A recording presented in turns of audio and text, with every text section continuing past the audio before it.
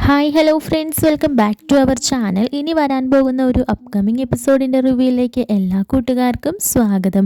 അങ്ങനെ നമ്മുടെ നയനയാണെങ്കിലും ആകെ സഹി ഇട്ടിരിക്കുകയാണ് കേട്ടോ ആദിയുടെയും ശ്വേതയുടെയും കാര്യത്തിൽ. അങ്ങനെ പല തെളിവുകളും നയനയ്ക്ക് ഇങ്ങനെ കൺമുന്നിൽ കിട്ടുകയാണ്. അങ്ങനെ ഒരിക്കൽ രാത്രിയിൽ നയനയോട് പറഞ്ഞിട്ട് ആദ്യ ഓഫീസിലേക്കാണെന്ന് പറഞ്ഞു പോയി നേരെ ശ്വേതയുടെ വീട്ടിലേക്കായിരിക്കും. രണ്ടുപേരും കൂടി ഇങ്ങനെ ഇഴുകി ചേർന്ന് നിൽക്കുന്ന ഫോട്ടോസൊക്കെ നമ്മുടെ നയനയുടെ ഫോണിലേക്ക് വരുന്നുണ്ട്.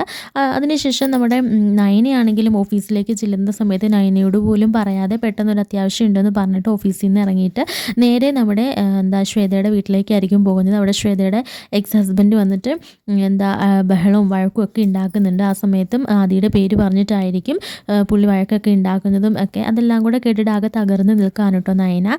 ഈ സമയത്ത് നയന തീരുമാനിക്കുകയാണ് ഇനി വൈകിച്ചൂടാ, എന്ത് വന്നാലും ആദിയേട്ടനോട് ചോദിക്കുക തന്നെ വേണം. ശ്വേത ആരാണെന്നും നിങ്ങൾ തമ്മിലുള്ള ബന്ധം എന്താണെന്നും ഇന്ന് തന്നെ ആദിയേട്ടനോട് ചോദിച്ചിട്ടേ കാര്യമുള്ളൂ എന്നിങ്ങനെ തീരുമാനിക്കുകയാണ് കേട്ടോ. അങ്ങനെ അവസാനം നയന രണ്ടും കൽപ്പിച്ച് ആദിയോട് ചോദിക്കുകയാണ്, ഈ ശ്വേത ആരാണ്, നിങ്ങൾ തമ്മിലുള്ള ബന്ധം എന്താണ്? എന്തായാലും നല്ല ഒരു ബന്ധമായിട്ട് എനിക്ക് തോന്നുന്നില്ല. കുറച്ച് നാളുകളായിട്ട് ഞാനും കാണുന്നുണ്ട് എല്ലാം. എന്നോട് കളവ് പറഞ്ഞിട്ട് നിങ്ങൾ പോകുന്നതെല്ലാം ശ്വേതയുടെ അടുക്കലേക്കായിരിക്കും. നിങ്ങൾക്കിപ്പോൾ ഓഫീസിൻ്റെ കാര്യങ്ങളെക്കാട്ടിലും ഈ കുടുംബത്തിൻ്റെ കാര്യങ്ങളെക്കാട്ടിലും ഒക്കെ മുഖ്യം ശ്വേതയുടെ കാര്യങ്ങളും ശ്വേതയുമാണ്, അതെനിക്ക് മനസ്സിലായി എന്നൊക്കെ പറഞ്ഞ് ഓരോന്ന് പറയാൻ കേട്ടോ. അപ്പോൾ നയന ഇതെല്ലാം വാച്ച് ചെയ്യുന്നുണ്ടെന്നും അതുപോലെ തന്നെ നയനയുടെ മനസ്സിൽ എന്തോ ഒരു കരടുണ്ടെന്നും മനസ്സിലാക്കുന്ന ആദ്യമൊന്നും ഞെട്ടുന്നുണ്ട്. പിന്നീട് ഇങ്ങനെ മനസ്സിൽ കരുതുന്നുണ്ട്, ഇപ്പോൾ സത്യങ്ങളൊന്നും തുറന്നു പറയേണ്ട, അത് വലിയൊരു ഇതിലേക്ക് തന്നെ ചെന്നെത്തും എന്നൊക്കെ പറഞ്ഞ് ഇങ്ങനെ നിൽക്കുമ്പോഴത്തേനും പിന്നെയും തന്നെ ചോദിക്കുന്നുണ്ട്, ഞാൻ ആദ്യേട്ടനോടാണ് ചോദിച്ചത്, എന്താ ഇതിൻ്റെ പിന്നിലുള്ള രഹസ്യം എന്നിങ്ങനെയൊക്കെ ചോദിക്കാൻ കേട്ടോ. ഈ സമയത്ത് ആദ്യം പറയുന്നുണ്ട്, അതൊക്കെ ചോദിക്കാൻ നീ ആരാണ്? അല്ല, നീ എന്ത് അധികാരത്തിലും അവകാശത്തിലുമാണ് എന്നോട് ഈ കാര്യങ്ങളൊക്കെ ചോദിക്കുന്നത്? ഞാൻ കഴുത്തിലൊരു താലി കെട്ടിയെന്ന് പറഞ്ഞിട്ട് നീ എൻ്റെ ഭാര്യയൊന്നും ആകുകയില്ല. നീ എൻ്റെ ഭാര്യ പദവി അലങ്കരിക്കാൻ ശ്രമിക്കുകയാണോ? എൻ്റെ വ്യക്തിപരമായ കാര്യങ്ങളിൽ നിന്നോട് ഇടപെടാൻ ആരാ പറഞ്ഞത് എന്നൊക്കെ ഇങ്ങനെ ചോദിക്കുന്നുണ്ട് കേട്ടോ. ഇതൊക്കെ കേൾക്കുമ്പോൾ നയനയുടെ മനസ്സൊന്ന് പിടയുന്നുണ്ട്. കാരണം ആദ്യം തന്നെ ആത്മാർത്ഥമായിട്ട് സ്നേഹിച്ചു തുടങ്ങുന്ന ആ ഒരു സമയമൊക്കെ ആയിരിക്കും. ആ ഒരു സമയത്ത് തന്നെ ഇങ്ങനെയൊക്കെ ചോദിക്കുമ്പോൾ നയനയ്ക്കത് വല്ലാത്തൊരു വിഷമമാകുകയാണ് കേട്ടോ. അങ്ങനെ നയന പറയുന്നുണ്ട്, മുമ്പേ ആദ്യമായിട്ടും പറഞ്ഞല്ലോ എൻ്റെ കഴുത്തിലൊരു താലി കെട്ടിയെന്ന്. അത് നാട്ടുകാർ കാണുകയാണെങ്കിലും അതങ്ങനെ കെട്ടിയിട്ടുള്ളത് കൊണ്ട് എനിക്ക് ചോദിക്കാതിരിക്കാൻ പറ്റില്ലല്ലോ, എൻ്റെ ജീവിതമല്ലേ എന്നൊക്കെ ഇങ്ങനെ പറയുന്നുണ്ട് കേട്ടോ.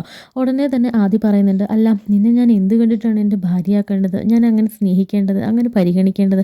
നിനക്ക് എന്തെങ്കിലും ഒരു ഡ്രസ്സിങ് സ്റ്റൈൽ അറിയുമോ? അല്ലെങ്കിൽ എൻ്റെ ഒരു സ്റ്റാറ്റസിനൊത്ത് നിനക്ക് എങ്ങനെയെങ്കിലും ജീവിക്കാനോ പെരുമാറാനോ എന്തെങ്കിലും നിനക്ക് അറിയുമോ? അതിൻ്റെ ഒരു സ്റ്റാറ്റസ് നിനക്കുണ്ടോ എന്നൊക്കെ ഇങ്ങനെ ചോദിച്ച് ഓരോന്നിങ്ങനെ പറയാൻ കേട്ടോ. അതൊക്കെ കേൾക്കുമ്പോൾ നയനയ്ക്ക് ആകെ വിഷമമാകുകയാണ്. അങ്ങനെ നയന എന്നിട്ട് പറയുന്നുണ്ട്, എന്തായാലും അധികം വൈകില്ല ഈ ഒരു ജീവിതത്തിന്, അതെനിക്കിപ്പം മനസ്സിലായി. എത്ര നാൾ ഞാനിങ്ങനെ കടിച്ചു തൂങ്ങി നിൽക്കും. ഇപ്പം നിങ്ങളെന്നെ ഞാൻ വിചാരിച്ചത് നിങ്ങളെന്നെ ആത്മാർത്ഥമായിട്ട് സ്നേഹിച്ചിരുന്നു എന്നാണ്. പക്ഷേ ഇപ്പോഴല്ലേ എല്ലാ കഥകളും പുറത്തേക്ക് വന്നത്. അനിയനോട് പറഞ്ഞിരുന്നു നിങ്ങളുടെ കോളേജിലെ ലൈനായിരുന്നു എന്നൊക്കെ ഇങ്ങനെ ഓരോ കാര്യങ്ങൾ പറയാൻ കേട്ടോ. ഈ സമയത്ത് ആദ്യം അതൊന്നും വലിയ കാര്യമായിട്ട് എടുക്കാതെ അങ്ങനെ നയനയുടെ മുഖത്ത് പോലും നോക്കാതെ അങ്ങനെ നിൽക്കാൻ കേട്ടോ. പെട്ടെന്ന് തന്നെ നയന പറയുന്നുണ്ട്, ഇനി ഒരിക്കലും നിങ്ങളുടെ ജീവിതത്തിലേക്ക് വരില്ല ഞാൻ, നിങ്ങളുടെ കാര്യങ്ങളിൽ ഇടപെടുകയില്ല. പക്ഷേ ഈ താലി എൻ്റെ കഴുത്തിൽ ഈ താലി എൻ്റെ കഴുത്തിൽ കിടക്കുന്നിടത്തോളം കാലം ഞാൻ നിങ്ങളുടെ ജീവിത കാര്യങ്ങളിൽ ഞാൻ ഇടപെടുക തന്നെ ചെയ്യും. ആ കാര്യങ്ങളിൽ ഞാൻ എന്തുണ്ട് എന്ന് ഞാൻ ചോദിക്കുകയും ചെയ്യും. അതിൽ മറ്റൊരാൾ വലിഞ്ഞു കയറി വന്നാൽ അത് ആരാണെന്ന് ഞാൻ ചോദിക്കും, അല്ലെങ്കിൽ ചോദിക്കേണ്ടവരെ കൊണ്ടാണെങ്കിൽ ഞാൻ ചോദിപ്പിക്കും എന്നൊക്കെ പറഞ്ഞിട്ട് നയന ആകെ ദേഷ്യത്തിലും സങ്കടത്തിലും അങ്ങനെ തിരികെ വീട്ടിലേക്ക് മടങ്ങാണ് കേട്ടോ. എന്നിട്ട് പറയുന്നുണ്ട്, ഇനി ഞാൻ ഓഫീസിലേക്കൊന്നുമില്ല. എന്തിനാണ്, സത്യങ്ങളെല്ലാം എൻ്റെ കൺമുന്നിൽ കണ്ടു. ആദ്യേട്ടൻ്റെ മനസ്സിൽ നിന്നുള്ള കാര്യങ്ങൾ പറയുകയും ചെയ്തു. എന്നെ ഒരിക്കലും ഒരു ഭാര്യയായിട്ട് അംഗീകരിച്ചിട്ടില്ല.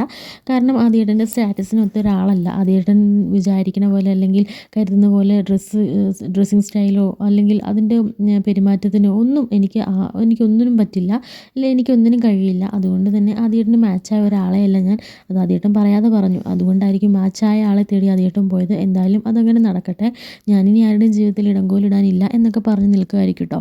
ഈ സമയത്ത് പിറ്റേന്ന് എല്ലാവരും ഹോളിൽ ഇങ്ങനെ ഇരുന്ന് നമ്മുടെ നയനയുടെ കാര്യങ്ങളൊക്കെ ഇങ്ങനെ സംസാരിക്കുകയാണ്.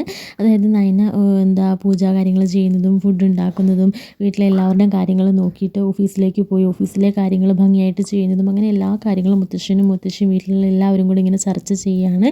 അങ്ങനെ നയന മോളെ വാനോളം പുകഴ്ത്തുകയാണ് കേട്ടോ. ഈ സമയത്തായിരിക്കും ഒരു കൊറിയർ പറഞ്ഞത്. അപ്പോൾ അത് നമ്മുടെ നമ്മുടെ ജലജയുടെ പേർക്കായിരിക്കും കൊറിയർ പറഞ്ഞത്. ഉടനെ ജലജ പറയുന്നുണ്ട്, എൻ്റെ പേർക്കോ? ഞാൻ അതിന് കൊറിയർ ഒന്നും ഓർഡർ ചെയ്തിട്ടില്ലല്ലോ. ഇപ്പം ജലജ മേഡത്തിൻ്റെ അഡ്രസ്സാണല്ലോ കൊടുത്തിരിക്കുന്നത് എന്ന് പറയണത്. അല്ല എത്ര രൂപയുടെ 3 ലക്ഷത്തിൻ്റെയോ 3 ലക്ഷത്തിനൊന്നും ഞാൻ ഓർഡർ ചെയ്തിട്ടില്ല, എൻ്റെ കയ്യിൽ പൈസയൊന്നുമില്ല. അതെ മേഡം ഇത് പ്രീപെയ്ഡാണ്, പൈസയൊന്നും തരണ്ട എന്നിങ്ങനെ പറയാം. ജലജയ്ക്ക് ഒരു സന്തോഷം വരികയാണ്. പെട്ടെന്ന് ജലജ പാഴ്സലെല്ലാം ഇങ്ങനെ ഓപ്പൺ ചെയ്ത് നോക്കുമ്പോൾ ഒരു ലോഡ് ഡ്രസ്സുകളായിരിക്കും. അത് നല്ല വില കൂടിയ നല്ല ബ്രാൻഡഡ് ക്വാളിറ്റി ഉള്ള ഡ്രസ്സുകളായിരിക്കും. ഇതൊക്കെ ആർക്കാണ്, ഇത് എന്ത് സംഭവം എന്നൊക്കെ ഇങ്ങനെ എല്ലാവരും ഇങ്ങനെ അങ്ങോട്ടും ഇങ്ങോട്ടും സംസാരിച്ചുകൊണ്ടിരിക്കുമ്പോഴായിരിക്കും നവ്യ വന്നിട്ട് പറയണത്, ഇത് അമ്മ ഓർഡർ ചെയ്തത് തന്നെയാണ്, പക്ഷേ അമ്മ ഓർഡർ ചെയ്തതല്ല, അമ്മയാണ് ക്യാഷ് കൊടുത്തത്, പക്ഷേ അമ്മയല്ല. നീ എന്തൊക്കെയായി പറയുന്നത്? എന്തെങ്കിലും പറയുന്നുണ്ടെങ്കിൽ മനുഷ്യന് മനസ്സിലാവുന്ന രീതിയിൽ പറ. നീയാണ് ഇതൊക്കെ ഓർഡർ ചെയ്തത്?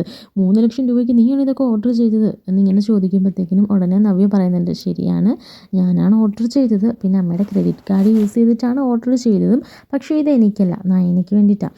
അവളെൻ്റെ അനിയത്തിയല്ലേ, അവളിപ്പോൾ ഓഫീസിലൊക്കെ പോകുന്നതല്ലേ, അവൾക്ക് നല്ല ഡ്രസ്സുകളൊന്നും അധികമൊന്നുമില്ല. അപ്പോൾ ഓഫീസിലൊക്കെ പോകുമ്പോൾ ഇത്രയും വലിയ കുടുംബത്തിലെ മരുമകൾ സാധാ ഡ്രസ്സൊന്നും ആയിരിക്കില്ലല്ലോ പോകുന്നത്. അവിടുത്തെ ജോലിക്കാരെക്കാളും എന്തായാലും ഒരുപടി മുൻപിൽ വേണ്ട ഡ്രസ്സിങ് സ്റ്റൈലും ഒക്കെ, അതിന് വേണ്ടിയിട്ട് ഞാൻ ഓർഡർ ചെയ്തതാണ്, ഇതൊക്കെ അവൾക്ക് വേണ്ടിയിട്ടാണെന്ന് പറയണേ. എന്നാലും എൻ്റെ ക്രെഡിറ്റ് കാർഡിൽ നിന്ന് വേണം അവൾക്ക് തുണി എടുക്കാൻ, നിനക്കെടുത്തിരുന്നെങ്കിൽ ഓക്കെ, ഇതിപ്പോൾ അവൾക്ക് കാര്യം എനിക്കെന്താ ഉള്ളത് എന്നൊക്കെ ഇങ്ങനെ ചോദിക്കുമ്പോൾ ഉടനെ നവ്യ പറയുന്നുണ്ട്, അത് പിന്നെ അമ്മയുടെ മരുമകളല്ലേ ഞാൻ, അപ്പോൾ എൻ്റെ അനിയത്തി എന്ന് പറയുന്നത് അമ്മയ്ക്ക് എന്നെപ്പോലെ തന്നെയല്ലേ ഉള്ളൂ, അല്ലെങ്കിൽ തന്നെ നയന എന്ന് പറയുന്നത് എൻ്റെ അനിയത്തി മാത്രമല്ലല്ലോ, ഈ കുടുംബത്തിലെ ഒരു മരുമകൾ കൂടിയല്ലേ, അപ്പം അവൾക്ക് ഡ്രസ്സ് എടുത്ത് കൊടുക്കുന്നതിൽ വലിയ തെറ്റൊന്നും ഇല്ല എന്നിങ്ങനെ നവ്യ പറഞ്ഞിട്ട് ആ ഡ്രസ്സൊക്കെ എടുത്തുകൊണ്ട് പോവുകയാണ് കേട്ടോ. ഈ സമയത്ത് നമ്മുടെ ദേവയാനി വന്നിട്ട് ജലജയോട് പറയുന്നുണ്ട്, ജലജ നീ വിഷമിക്കേണ്ട, ആ ക്യാഷ് ഞാൻ എൻ്റെ അക്കൗണ്ടിൽ നിന്ന് ട്രാൻസ്ഫർ ചെയ്തേക്കാം, നയനയ്ക്കല്ലേ മറ്റാർക്കും അല്ലല്ലോ, ഞാൻ കൊടുത്തോളാം എന്ന് പറയാൻ കേട്ടോ. ഇത് കേൾക്കുമ്പോൾ എല്ലാവരും ഒന്ന് ആശ്ചര്യത്തോടെ നിൽക്കുകയാണ്, ഇതാര് ദേവയാനി തന്നെയാണോ ഈ പറയുന്നത് എന്നിങ്ങനെ ചിന്തയിൽ നിൽക്കുകയായിരിക്കും.